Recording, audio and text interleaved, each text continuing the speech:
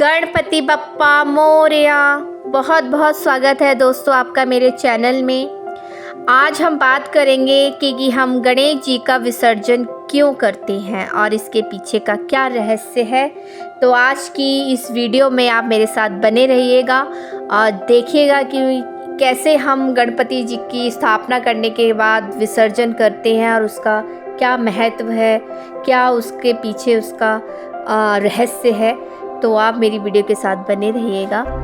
जैसे कि हर साल भाद्रपद मास की चतुर्थी से लेकर अनंत चतुर्दशी तक गली गली घर घर गूंजता है गणपति बप्पा मोरया।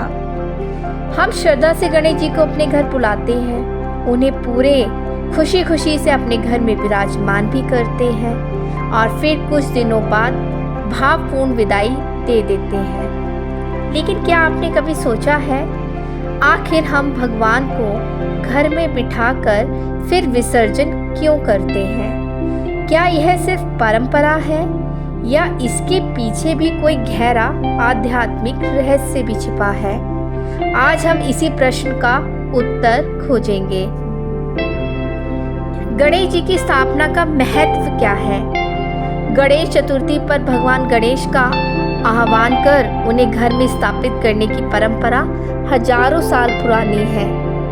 भगवान गणेश को विघ्नहर्ता और सिद्धि विनायक भी कहा गया है। जब हम उन्हें अपने घर बुलाते हैं तो यह प्रतीक है कि हम जीवन में अज्ञान, बाधाएं और दुख दूर करना चाहते हैं। स्थापना का भाव है भगवान को अपने हृदय, अपने घर और अपने कर्म में स्थान देना। विसर्जन क्यों किया जाता है? अब आता है सबसे बड़ा प्रश्न, स्थापना के बाद हम गणेश जी का विसर्जन क्यों करते हैं? अनित्य का संदेश।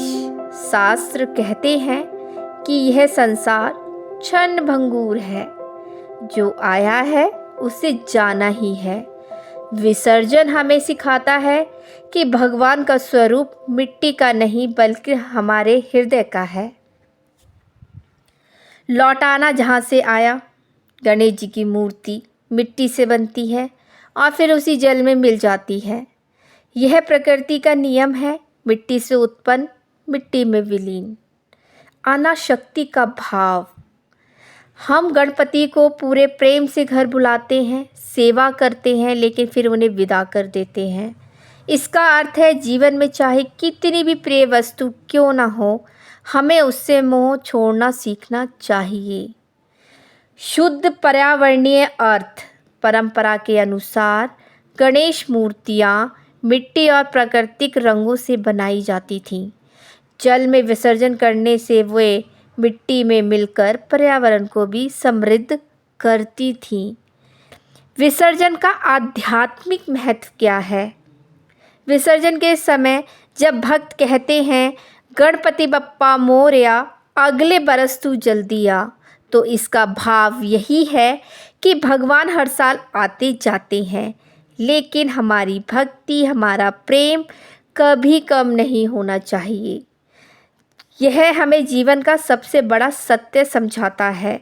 परिवर्तन ही नियम है।